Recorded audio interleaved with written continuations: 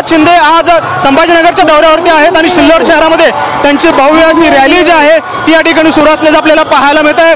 आपल्यासोबत मुख्यमंत्री एकनाथ शिंदे जे आहेत ते आहेत। सर, स्वागत आहे TV9 मध्ये। खरं तर भव्य असा जनप्रतिसाद जो आहे तो पाहायला मिळतोय, काय सांगाल हे चित्र पाहून, कशा पद्धतीचं होतं? खरं म्हणजे हे प्रेम जे आहे, हे प्रेम पाहून मला खरं म्हणजे अत्यानंद झाला आहे आणि मी अतिशय माझं मन भारावून गेलेलं आहे। दोन्ही साईडनी आणि रस्त्यावर सगळीकडे माणसं दिसत आहेत। खरं म्हणजे या ठिकाणी माणसांचा महासागर आता या ठिकाणी पाहतोय। अब्दुल सत्तार पालकमंत्री आणि त्यांचा मतदारसंघ आहे। खरं म्हणजे याच्यात हे अलोट असं जे काय गर्दी पाहून खरं म्हणजे मी सगळ्यांना धन्यवाद देतो, मनापासून सगळ्यांचं स्वागत करतो, त्यांना शुभेच्छा देतो। लाडक्या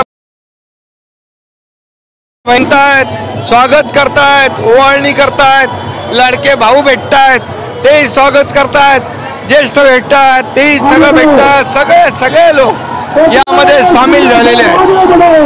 खरं तर ही योजना जी आहे ती गेम चेंजर, ही योजना जी आहे लाडकी बहीण योजना ही गेम चेंजर आहे। सरकारला त्याचा फायदा देखील होणार आहे।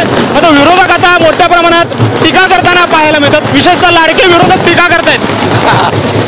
लाडक्या बहिणींना आम्ही या योजनेचा लाभ देणार आहोत आणि राखी पौर्णिमेच्या अगोदर त्यांच्या खात्यात पैसे जाणार, पण विरोधकांच्या पायाखालची वाळू सरकली आहेत, ते बिथरलेत, गोंधळलेत आणि काय करावं त्यांचा पराभव त्यांना समोर दिसू लागला आहे। प्रचंड असा उत्स्फूर्त प्रतिसाद राज्यभरामध्ये असाच लाडक्या बहिणींचा, लाडक्या भावांचा, शेतकऱ्यांचा, ज्यांना फी 100% माफ केले त्या मुलींचा प्रतिसाद प्रचंड आहे, शेतकऱ्यांचा प्रचंड प्रतिसाद आहे। आणि म्हणून हे कपटी सावत्र भाऊ या लाडक्या बहिणींना पैसे मिळू नये म्हणून प्रयत्न करतायत, कोर्टात जात आहेत, कोर्टात पाठवत आहेत आणि या लाडक्या बहिणींची मुख्यमंत्री लाडकी बहीण योजना बंद पाडली पाहिजे, बंद झाली पाहिजे असा प्रयत्न करतायत। परंतु राज्यातल्या लाडक्या बहिणी सरकार सोबत आहेत, लाडके भाऊ सरकार सोबत आहेत, यांना पूर्णपणे पैसे कुठून देणार म्हणतात याचा पूर्ण तरतूद आम्ही केली आहे। प्रिंटिंग मिस्टेक म्हणणारे आम्ही नाही। खरं तर उद्धव ठाकरे यांनी काल एक भाषा वापरली की एकतर मी संपेल नाही तर फडणवीस संपतील। कुठेतरी ही भाषा जी आहे ती आता कुठेतरी सुडाने पेटलेले राजकारण पाहायला मिळतं का? कारण अशा पद्धतीच्या भाषा यापूर्वी कधी नव्हती। हे गोंधळलेले वैचारिक दिवाळखोरी आहे, ही वैचारिक दिवाळखोरी आहे आणि हे गोंधळलेले आहेत आणि हे सुडाचं राजकारण करू इच्छित आहे। परंतु राज्यातली जनता सुडाच्या राजकारणाला थारा देणार नाही।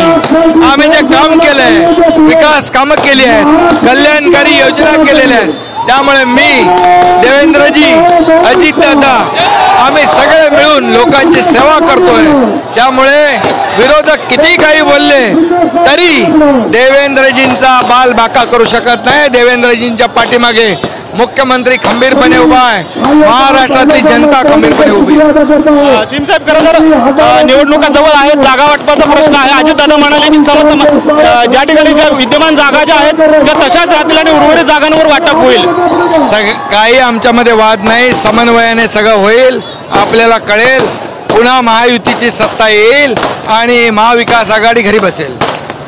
आपण पाहतो या ठिकाणी मुख्यमंत्री एकनाथ शिंदे जे आहेत त्या ठिकाणी झालेले आहेत सिल्लोडमध्ये आणि त्यांनी देवेंद्र फडणवीस यांच्या पाठीशी खंबीरपणे मी मुख्यमंत्री म्हणून उभा असल्याची प्रतिक्रिया जी आहे ती मुख्यमंत्री एकनाथ शिंदे यांनी दिली आपल्याला पाहायला मिळते। कॅमेरामॅन विनोद उमनाबादकरसह सागर सुरवसे, TV9 सिल्लोड।